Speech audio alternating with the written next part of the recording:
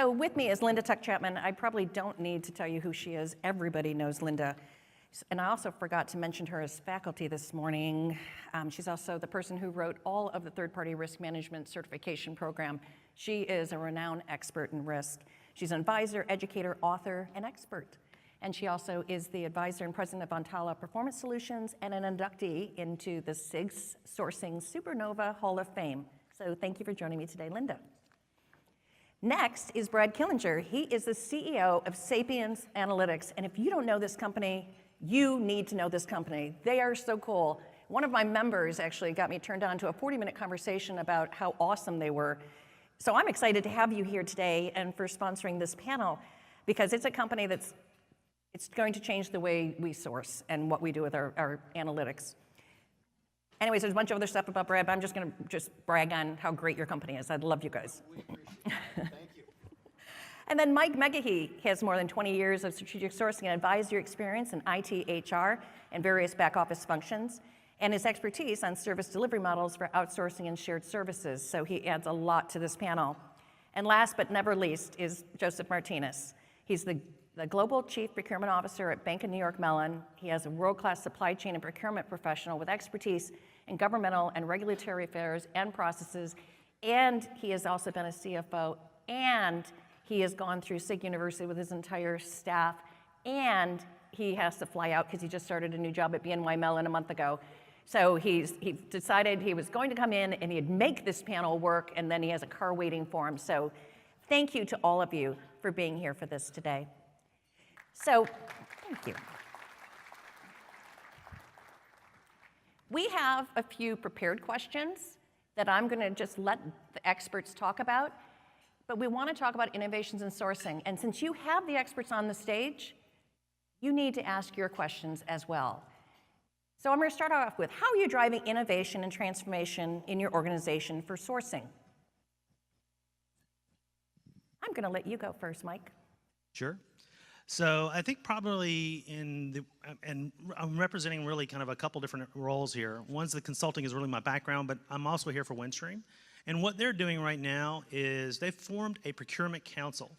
One of the challenges they were having right off the bat was the really stakeholder alignment with the business as it relates to the procurement function.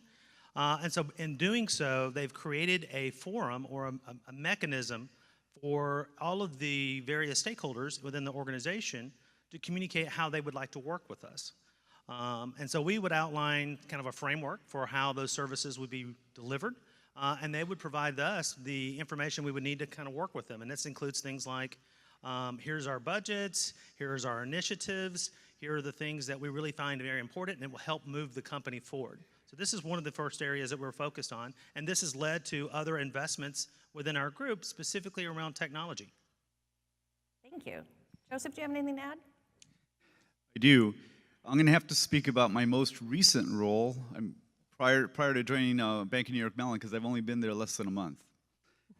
So there's a lot of work that we're going to do from a roadmap perspective, but I came from a different organization called MUFG, and we went through a multi-year transformation in that particular organization.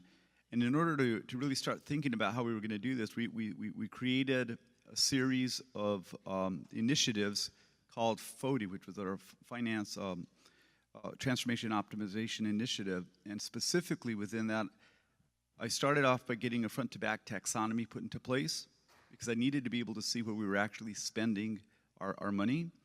I set up category councils and a formal category management program. Additionally to that, we then started to work with the innovation labs of the organization so that we could start taking a look at where we could bring some emerging technologies in so that we would be able to put them through a non-bank entity in order for us to be able to do proof of concepts with them in a very rapid manner.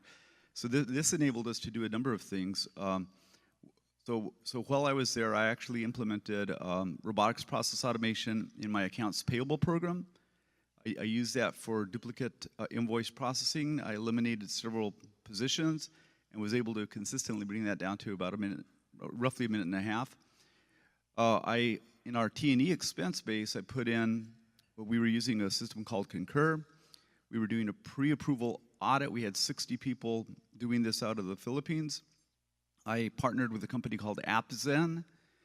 We were able to eliminate all 60 of these resources. We went from a 70% pre-approval audit to a 100% pre-approval audit. And that enabled us to be able to reduce the cycle time by 80% and give better quality metrics and a stakeholder experience. Then I partnered with IBM specifically to take a look at how we could do service level management and end-to-end smart contracts using Hyperledger Fabric with microservices that were built on top of that. And so we were able to do that for our data centers. We would pre-position inventory. We had Internet of Things sensors on that, and that enabled us to be able to do all of the contracting and service level management and asset management within this blockchain. And then it was also enabling us to start to look at how we were going to do transfer pricing between the different legal entities, because it gave us, it's immutable, it's something that we could use, and we had our own coin. It's called MUFG coin. No longer there, so it's their coin. And it was tied 1-to-1 to the Japanese yen. So those are kind of ways that we were trying to foster innovation within the supply chain there. I've just recently came over to Bank of New York Mellon. We're operating in 35 countries. We have multiple brands that we own. And so I'm coming in to really take a look at how we can improve the entire supply chain with a particular focus right now initially on how I'm going to do third-party risk management as I go through and optimize, accounts payable, sourcing, source to pay, et cetera. So that's kind of what we're doing. That's a lot. I mean, that's pretty darn impressive. No wonder you're now at oh, Mike, you were impressive too. Stop. Mike, you were awesome, but Joseph, wow. I know. You know who follows that? Linda. That's who we're going to have follow that. How are you driving innovation and transformation? I think you guys are doing a great job. I think we're on the cusp of something really new in sourcing and procurement. And building on Joseph's comment, third-party risk management is about lifecycle management. And as a set of professionals, that's where we're going, is into lifecycle management to drive business value. So I was a chief procurement officer 4 times in 3 large banks. So I'm kind of towing a lot of expertise and experience in putting relationships in place. So now that I've been focused on third-party risk management for, I guess, the last maybe 10 plus years. Mm-hmm. And so what that's allowed me to do is to grow my expertise to look at the entire life cycle from a life cycle management perspective, but also from governance and oversight. So when you start to think about transformation and innovation in our organizations, one of the biggest things that we are facing is we're doing a lot of things pretty manually, and I see that in particular in the third-party risk management space, where it takes so darn long to do due diligence and risk evaluation, et cetera. And in doing so, we're missing the point. We actually are supposed to be looking at, driving enterprise value through the integration of the things that we do, that we know we need to do, and we need to do them better. But what I'm seeing, Dawn, is we're just not using technology effectively enough. So I've been actually talking to Brad. I'm pretty excited about some of the possibilities. Mm-hmm. But there's a lot of companies out there who are bringing things to the table. And what I think where I think we really need to focus is we as professionals have been too slow to adopt technology. And there's a really great business case for doing this well. Because if you can look at the total enterprise and enterprise value, whether that's protecting your shareholders, reducing your costs, protecting your reputation, et cetera, getting out of the task management and into it, lifecycle management, whether it's putting the contracts in place, getting the right selection, getting the right metrics, getting the right risk profile, et cetera. We cannot do that unless we change too. And that's where I'm really focused, is how can we drive this forward by getting a better combination of expertise and the human intelligence combined with the technology that's out there that can really make a difference. I like that. And so now let's talk from the technology perspective, because you're on the other side. Yes, I am. And thank you for your kind comments. And I'm nervous to say anything because you guys have been helping to make us sound fantastic. So we appreciate that.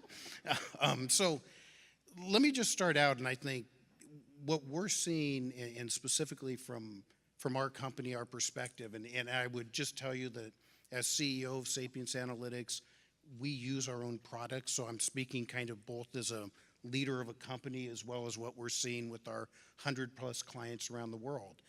And to me, it's a huge shift that's occurring right now. So enabling technologies like ours are fundamentally changing how the transparency that exists between suppliers and customers is fundamentally changing the concept of manual reporting of systems. Companies like ours are changing that paradigm into where you can start capitalizing upon actuals in 100% automated fashion. So you might scratch your head and say, well, what is that, why is that of value to me? So, we go into account after account around the world. And frankly, we look at them, we run our software, we start getting them actual views.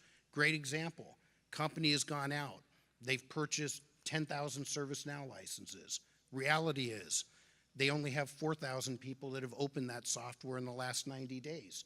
There is a huge economic opportunity that exists without trying to renegotiate anything with those suppliers, of just trying to match the needs with actually what you've purchased. And I can tell you they're staggering. We look on contingent workforces where there's tremendous amount. Most company or large companies, this has become such an integral part to their strategy. And the delta between what's being billed in clarity and what the actuals of how much effort is being given to that account is amazing. And so what we've seen is a lot of our clients who are reinventing service levels. How are they approaching these suppliers? I mean, because the reality is they are still very strategic partners to that organization's success, but we believe that in the coming years there's going to be a tremendous amount of different relationships that are being formed. We're seeing it at many of our largest customers around the world. And obviously there's always going to be pushback from suppliers when you start kind of changing that paradigm. But the ones that are adapting are finding this to be a much better, completely transparent, mutually beneficial two-way relationships. And so as we get more into this discussion, just think of what Sapience is doing at its core is it's really about trying to change the world to where professionals like yourselves, when you see your reporting, when you see the health of your overall organization, you're looking at that through the lenses of the actuals of what are happening. What I like about it is that, people want the analytics, but the analytics is helping us pinpoint where the redundancy, the stupidity, the waste is. And that is the part that makes it so powerful. We can all assume that we knew it. We in theory, we thought, we had the 10,000 licenses and everybody's using it because that was our perception. And when we get to reality and realize that 4,000 out of 10 are using it and we're paying for 10,000 licenses, that's actionable. And it doesn't mean a headcount reduction. It doesn't mean anything else except that immediately we're sourcing smarter. You're sourcing smarter, and when you take that into like contingent workforces, the amount of new work that you can do. So when you assume that you're paying for X and you're only getting Y and there's that delta, how can you work with that supplier to close that gap and maybe start knocking down some more innovative or progressive ideas that you have in your business to try to move it forward? So we're seeing a lot of really interesting things that are happening, and we believe we're at the epicenter of kind of the seed change in how companies are really going to start procuring, acquiring, and having relationships across a number of places. I mean, we are disrupting a business model that has been entrenched for years. We were laughing last night when we were talking about your background with Equiterra and 20 some odd years ago, the ringer that he used to put us through, and I think that ringer's changing quickly. Well, I mean, it's interesting though, because a lot of the outsourced providers were against having your software. They didn't want you to run it on them, and now they're starting to embrace it because they realize that they have complete and total transparency. And isn't that better for all of us? So it's better for them. When you now go in a new world, one of our customers loves telling the example of before they'd have a change request, and every single time, the account's about to go broke and we're losing money and we need 500 more people, but there was no real factual basis to make it. So now they've readjusted service levels that have those auto triggers. So when you're the supplier, you start sitting down saying, okay, this will be fair, and it happens on both ends, that if you're underperforming, you better figure out how to get well quickly. But if you are performing and the company is really asking more of you, they have a mechanism that's ironclad that they know that, hey, we're not going to have to go lose a ton of money at this. So So if you are a it cuts world-class both ways. supplier, you're not afraid of it. Because You're not afraid, They're not correct. afraid because they like the transparency as well. And most all of them are using us now Yeah. in their data center. In their own or data center for their own BPO, people. For their own people to try Yep. to improve their operations. Yep, I love that. So folks, with the microphones, what you don't know is that each of our panelists have a prize to give out to the most thought-provoking question or their favorite question that comes out of the audience. So if you don't have an opportunity to grab a mic, you're not going to have an opportunity to win any kind of prizes. So just a little motivation for you.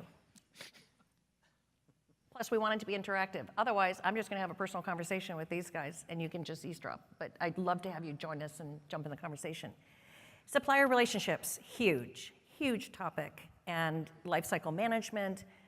We don't even know who some of our suppliers are. We certainly don't know past the second level, if you even know your second level. And we probably spend no time or very little time on our tail spend, which is fraught with hundreds or thousands of providers, consultants, contingent labor, and contract labor, and we have no idea who those people are. So what are you guys doing around supplier relationship management?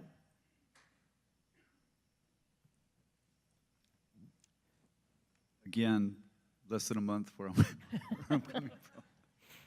But I will say this, okay, we're starting off by really trying to take a look at the supply chain from an end-to-end perspective, because it's going to be important for us to not only look at how those third and fourth parties are interacting with us, but what is the governance mechanisms that we're doing to bring them in. Okay, so we are standing up a fairly robust third-party risk management program.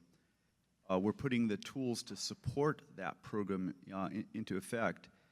And then we're starting to look at some of the other tools that are in the industry that can come in and allow us to actually do the ongoing monitoring and the actual governance of these contracts.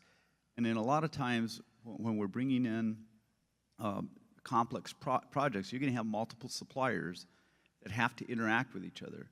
So we're looking at tools that will allow us to manage what are called OLAs, operational level agreements, between suppliers, between the internal stakeholders, so that what you're able to do is you're able to ensure that you're getting value for money as you're driving forward. So we're looking at these types of implementations, and what we're trying to do through this process is say, how do we actually then take a look at the relationships that we have with our suppliers? Because in many instances, our suppliers are also our customers. And so we have to really kind of look at that buy-sell side holistically.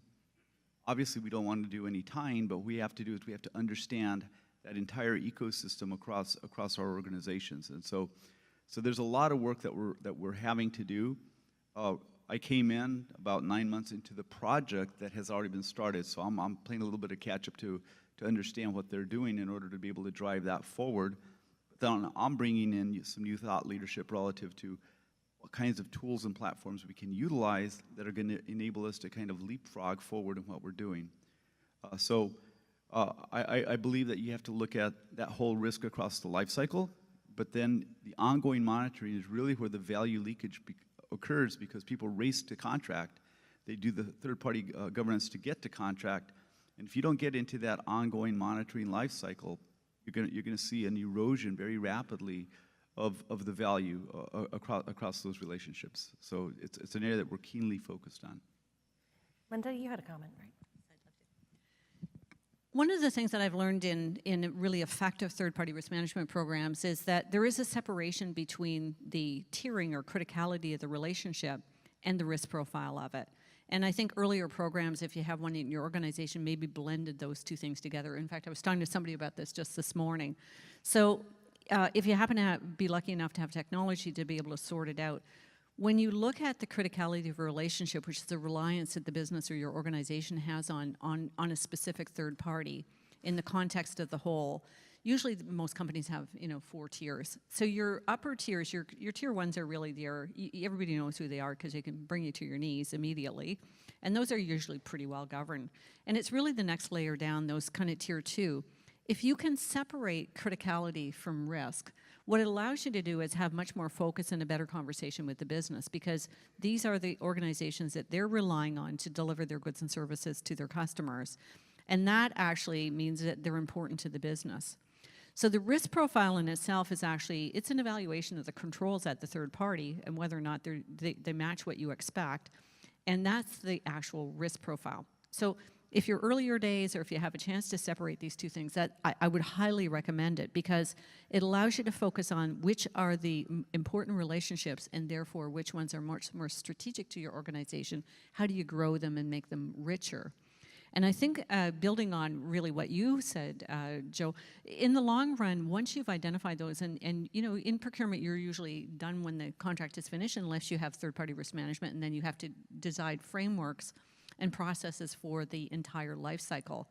And if you do that, what you do get a chance to do is describe how do you actually engage with a strategic relationship, one of those higher tiers, because in the long run you need to manage risk, but it's the strategic relationships you actually should be paying attention to. You can define the requirements and the expectations for the business, so it's not left to chance, right? You spend a lot of time getting to contract, and it goes off to the business and you don't see it again. But the world has changed. So if you can define what your expectations are to manage and monitor those really important third-party relationships, it actually has a foundation to let it grow beyond what you contracted for. And so it's those two things: separate the criticality from the risk, and then define the outcomes. We have Clive over here that has, yep, thank you. Can you introduce yourself and your company, please? Good afternoon. I'm Clive Heel. One of my companies is called Voicing. So I worked in sales and marketing for 4 years for Reckitt Benckiser, rb.com. It's pretty easy to remember. And one of the things that I remember when I worked in sales and marketing is that we chose very carefully who to take our innovation to, which customers should get the innovation first. And surprisingly, it was never the biggest customer in terms of revenue, and it wasn't the customer with the biggest profit margin. We selected very carefully the customer where we felt we had the best relationship and the best long-term potential.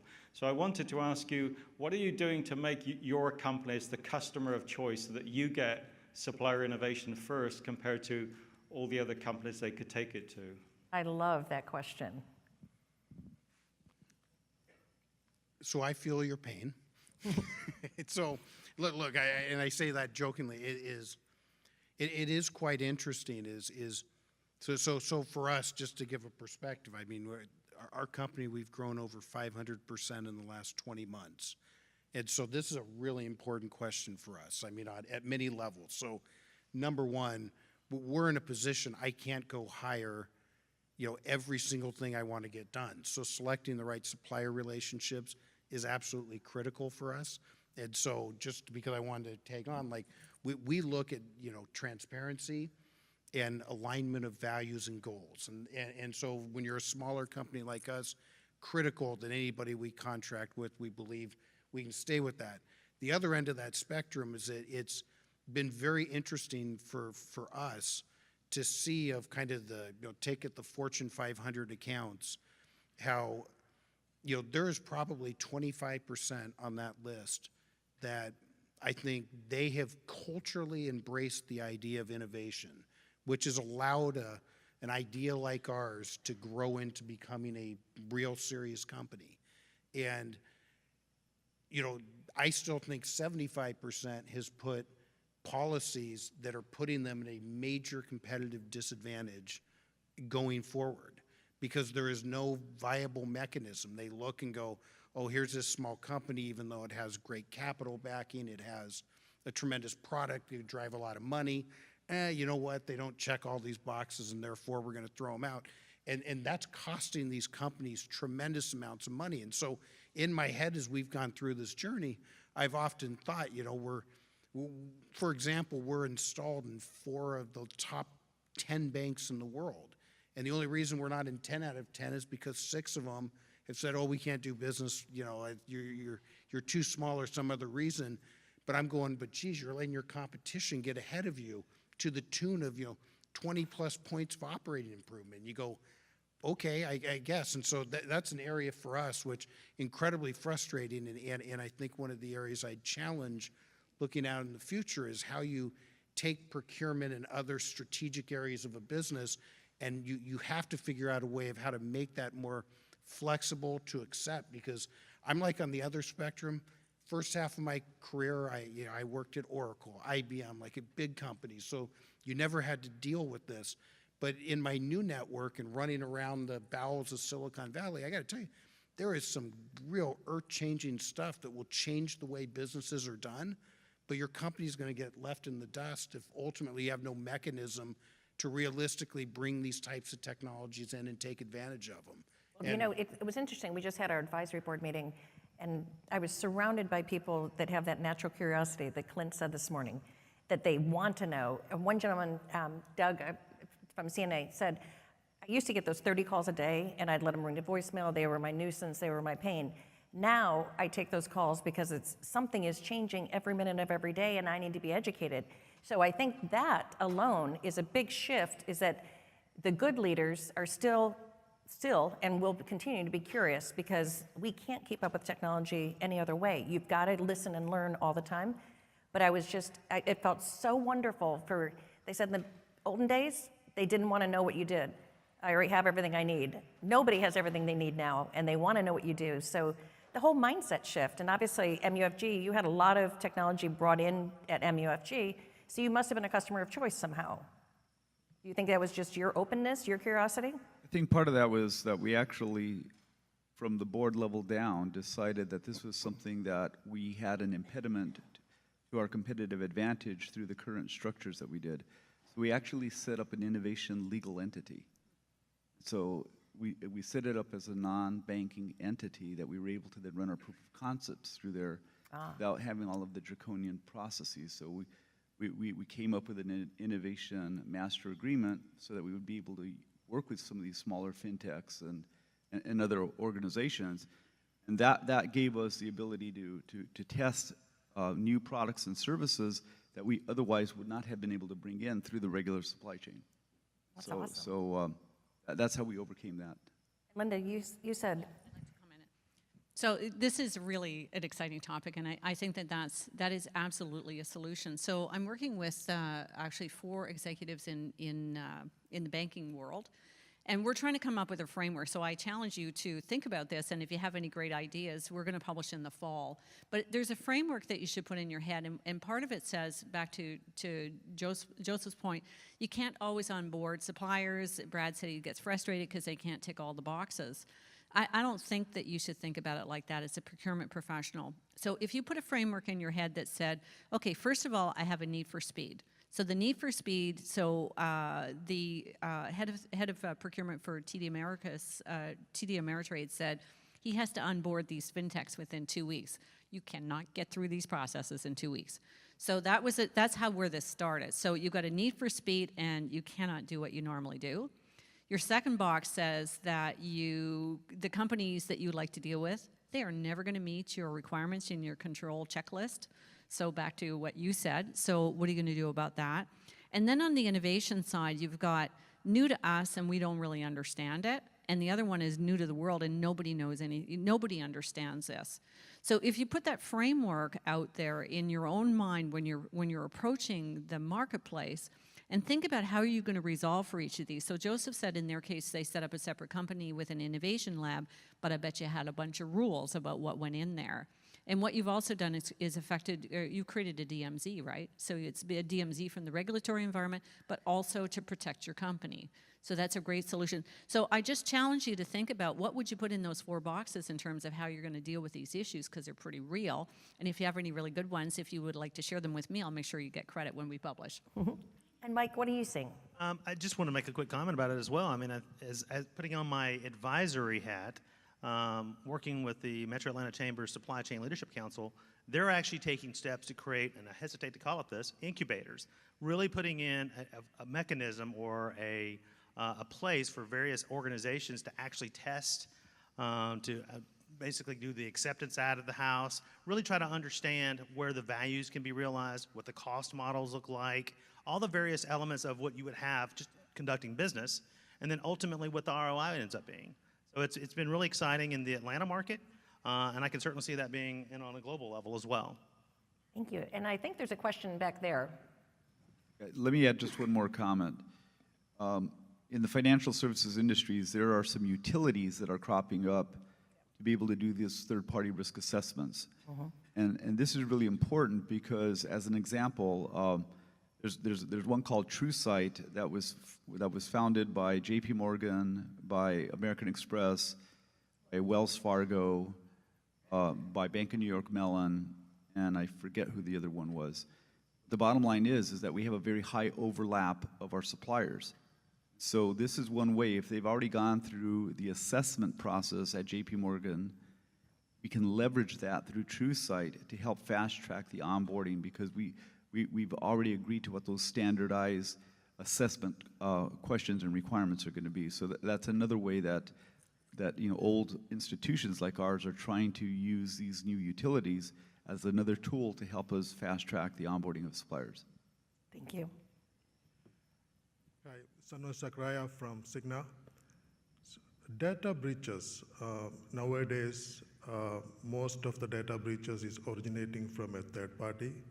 So what's your advice to prevent or minimize data breaches for an organization like Cigna? Is there anyone in particular you're addressing it to, or just in general for the panel?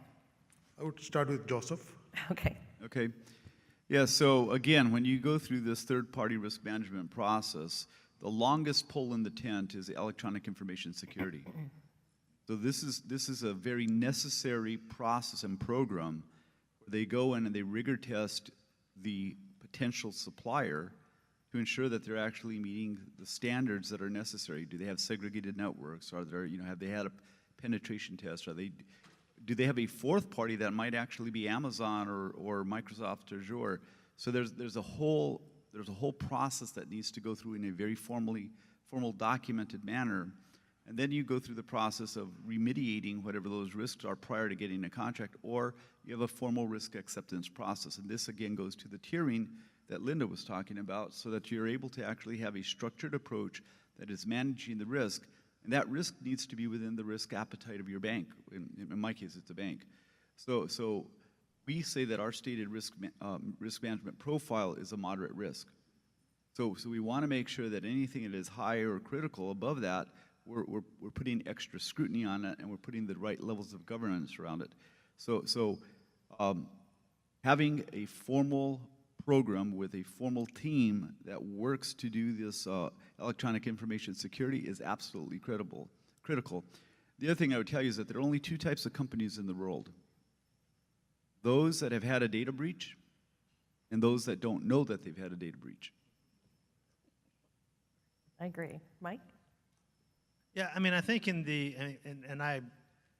a sourcing and procurement perspective, we're very tightly tied to a number of SAD groups in our organization, as it is what I would imagine everybody. You're obviously talking to your HR group, you're talking to IT, and you're talking to risk management. IT security or enterprise information security, that they all have like a various flavors of names. But the key thing from that perspective is making sure they're up to speed on the latest technology. That means they're actively participating in the various forums. They're members of professional organizations that focus on those particular cybersecurity, and being very aware of how to keep all their organizational folks really up to speed and trained as things come out, because they need to get a roadmap as to what other companies are doing. And that's actually forming relationships with all the security organizations and making sure that your own organization's running through the gauntlet, so to speak, all the potential opportunities for failure.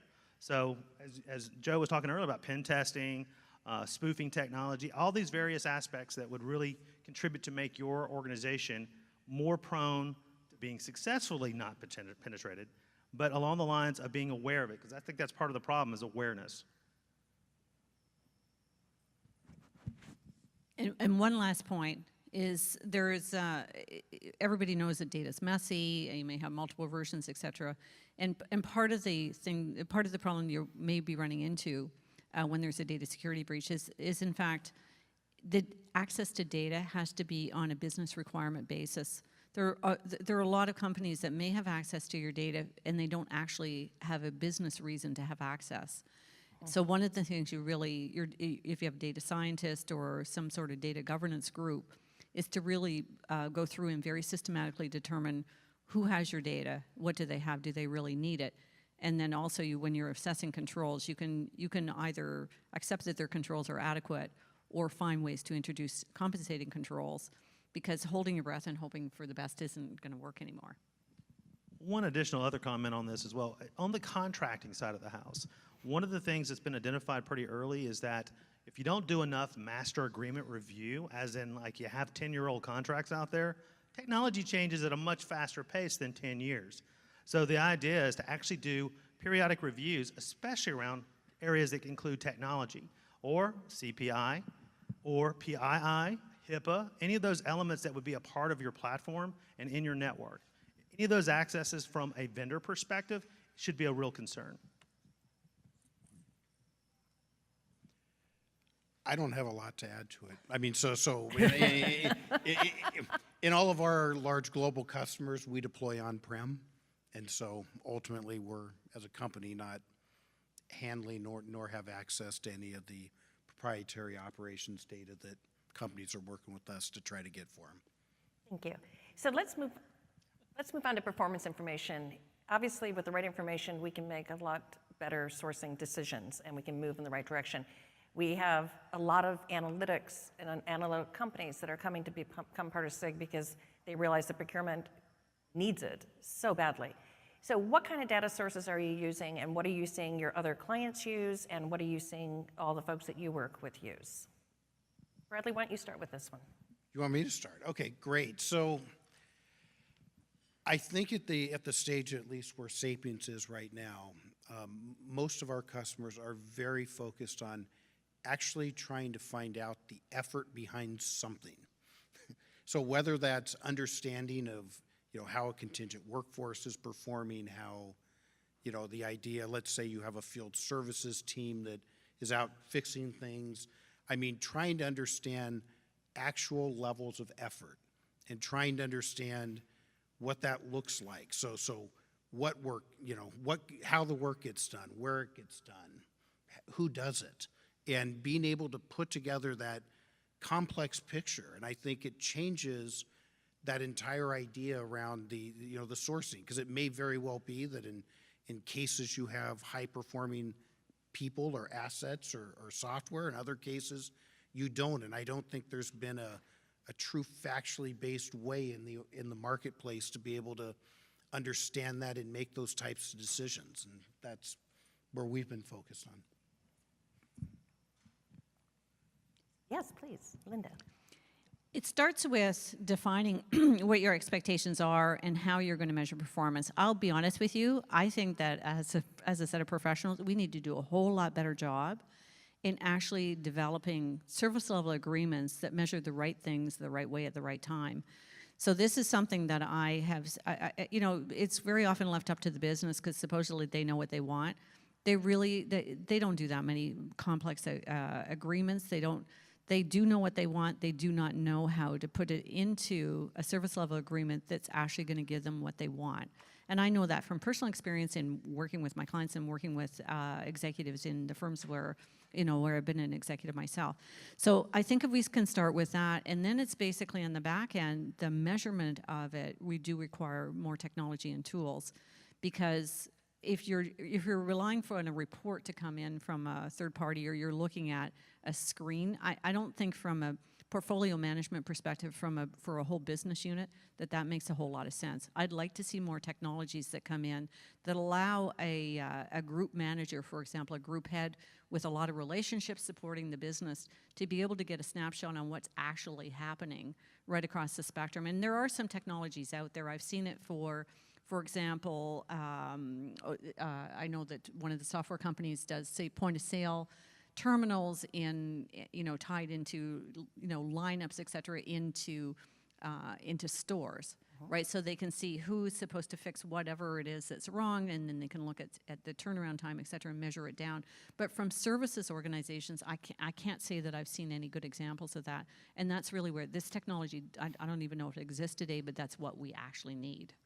I think the really scary thing is you really don't know who's doing your work. And, everyone knows the story about Bob at Verizon, who had shipped his token to China and was being paid $150,000 to $200,000 a year to be a programmer, sitting in a cubicle in Verizon's office. And he was basically watching cat videos and Facebook all day. And then overnight, China would send him his work. He was paying them $40,000 a year, collecting $150,000, getting year after year raises, bonuses. You're a great programmer. They didn't even know who was doing the work. So now that we have something like your software that actually can start tracking where the work is being performed, you know, now people know that if you VPN from China, you're probably not in the office. That was really recent. Yeah, totally agree. And I think one of the areas, and you started it out and said, you know, why are some of the high growth analytics companies really interested in partnering with SIG to get our message out, is that it's a really interesting journey that we're on. And so, you know, we recently had a large bank. And so I'll give the exact example. They said, oh, you know, we absolutely have total control over this relationship. We've hammered them on price. We've got the best unit rate, et cetera. And so we ran our software against 1,000 people. And it came back, and we said, okay, well, let's see what kind of reports they were giving you. Well, they were averaging, you know, their average bill was 8.7 hours worked a day at this wonderfully created price point. The first standard report that comes out of our system, it shows a stack rank of your top 20%, your bottom 20%, and your middle 60. So the top 20%, it says, yeah, you know, they all work about 9 hours a day, and you go, for an effort side, you get comfortable. The middle 60, it showed that they were averaging about 5.7 hours a day.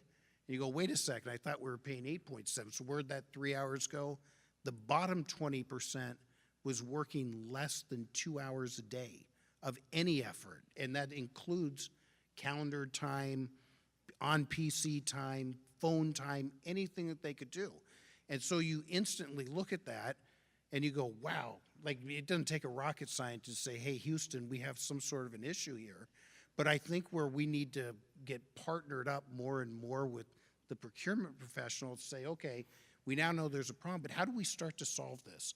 How do we get SO? Because it's not realistic that, you know, a whole lot of jobs that were outsourced to whether India or the Philippines or wherever they went, that you're just going to terminate it. I mean, they're presumably still doing a, you know, very important role or task, but there's an incredible inefficiency that exists there that I think we all can play a really critical role, because, you know, we can point out the problem, but we need experts that are going to really help us say, okay, how do we solution this and turn this, what's a bad scenario, into a win-win? And just to give you an FYI, on probably our last 25 clients, that scenario I just outlined has been consistent across every single one of them. And I can vouch for one of them, because that's the guy who got me so excited about what you could do and just stopped the whole conversation, because he had no idea. He's saving millions and millions of dollars now as a result, with no change except that he has the software that's tracking it now.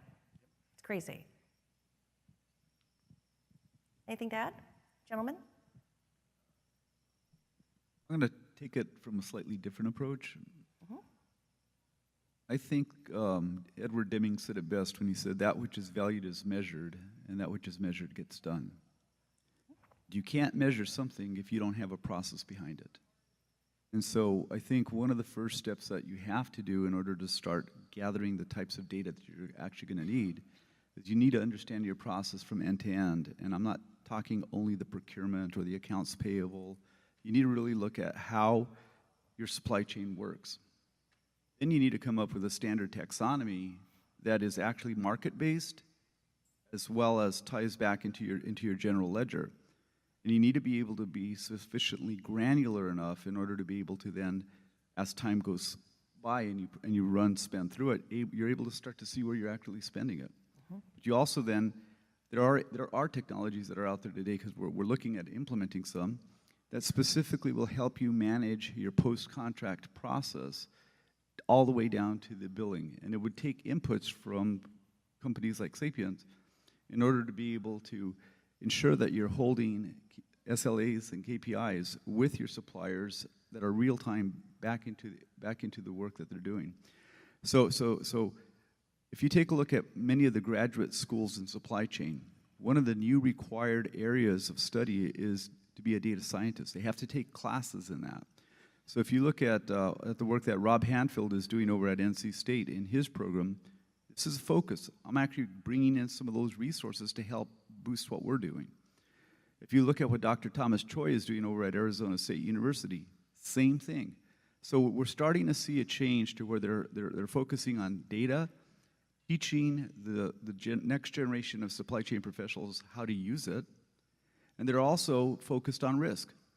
They're developing programs for third-party management within those programs. So we need to be thinking about how do we actually look at this from an ecosystem perspective? How do we ensure that we're actually putting the right data lakes in place with the right data visualization front ends to it so that you're able to take the information and present it at an executive level in such a manner that you can make decisions. So that's just one point of view. So I was going to actually just put on my consulting hat on and just talk a little bit about VMOs and SRMs and things like that. But I realized there's a question I'd like to ask Brad. Do you qualify for, okay, this could, I think he wants the Google Home, so. So frankly, I've heard about the technology. I've seen some demos. It's a really impressive product. How do you help your customers write SLAs to leverage your product? So currently, our goal as a company is we want to be the best data collector and presenter in the world. We make no judgments or recommendations on the end data. So we have a series of different partnerships with key experts in this around the world who then, will help customers. We've also had a number of our customers that believe they have that expertise inside of their house, and they have done it themselves. So we don't have a professional consulting business, and we tell customers that in the end, we want to be known that everybody, if they're looking at a Sapience report, they know that that data is 100% accurate. We have no dog in that hunt, so to speak, about what a customer has to do with that. And so we certainly, we share best practices. We actually have now started to form. We have a user group in New York. We have user groups in Atlanta. And so naturally, what we found is bringing our customers together and their interaction about how they're leveraging that data and the things they're trying to do with it is more valuable than anything that we're going to do to try to coach them. So we're not building a consulting business. So, well, great answer. I appreciate that. Thank you. He's not going to compete with you, in other words, so that's good. So there's a question over here somewhere. Hi, Billy Wong, BMO Financial Group. Our vision is to be the bank that defines a great customer experience. And for customer-facing roles, we use measures like Net Promoter Score to kind of measure how we're doing on that.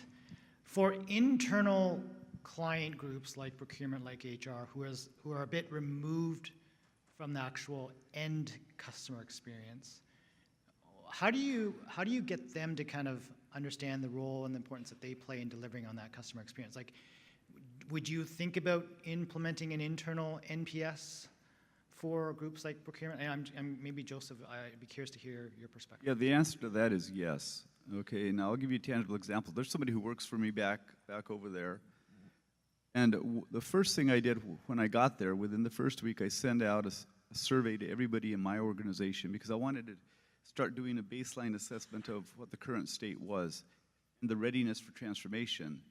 Now, when I hit the 30-day mark, I'm actually sending that out with a view relative to how they're actually performing to my stakeholders, both senior and mid-level. So the teams are identifying who are the folks that most frequently use our services so that we're able to establish a baseline of how we're actually interacting with them, because I want to be able to say this is where we started and this is what that evolution is going to be. And we're basically looking at it from a maturity perspective of 1 to 5.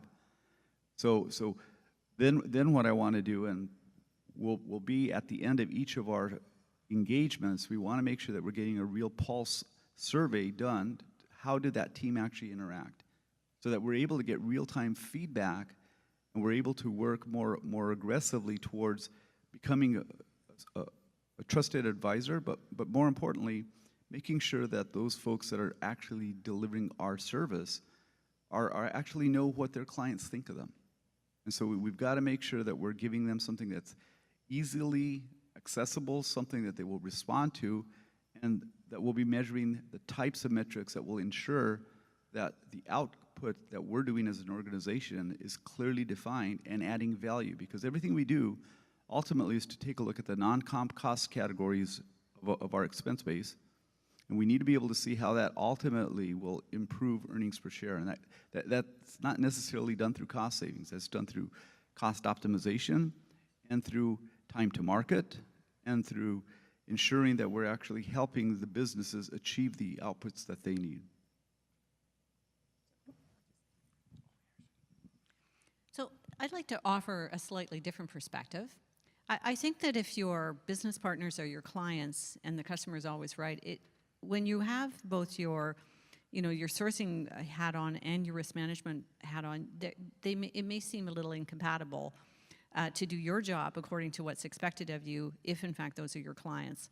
So I bridged this gap in my own head a long, long time ago by thinking about the people that are out in the business as we are business partners trying to come to the right end. So back to your customer experience, I mean, that's your job in procurement too, is to think about the end customer experience, whether you're buying server farms, which have to be efficient in order to deliver services, or if you're delivering something that is more directly touching the end customer. And I think, to me, I've always thought as, sort of that CEO, EVP level as my customers, and that my peers, whether they're the CIO or the head of operations, we are business partners together trying to satisfy the strategies and goals of the organization, and part of that is customer experience. And so I think that things like Net Promoter Scores for how we're doing, et cetera, I think they're really important. Are we being responsive? But it goes back to fundamentals. When you describe the responsibility for the sourcing professional in terms of what is the objective, what is the actual business objective of what you're doing, as opposed to you're supposed to save money and get a contract in place? What is that contract or that relationship supposed to be delivering for the organization? If you can get that right, then basically you and your business partner can do all the things that you need to do to drive towards that goal. And I think it keeps you out of the soup of thinking those people as your clients, because then they're always right and they can tell you what to do, and maybe that's not the right thing. Well, thank you. I know there are other questions, and unfortunately, I have promised to keep this on time. So I know. So thank you so much. Thank you for the experts for spending the time with us today at lunch.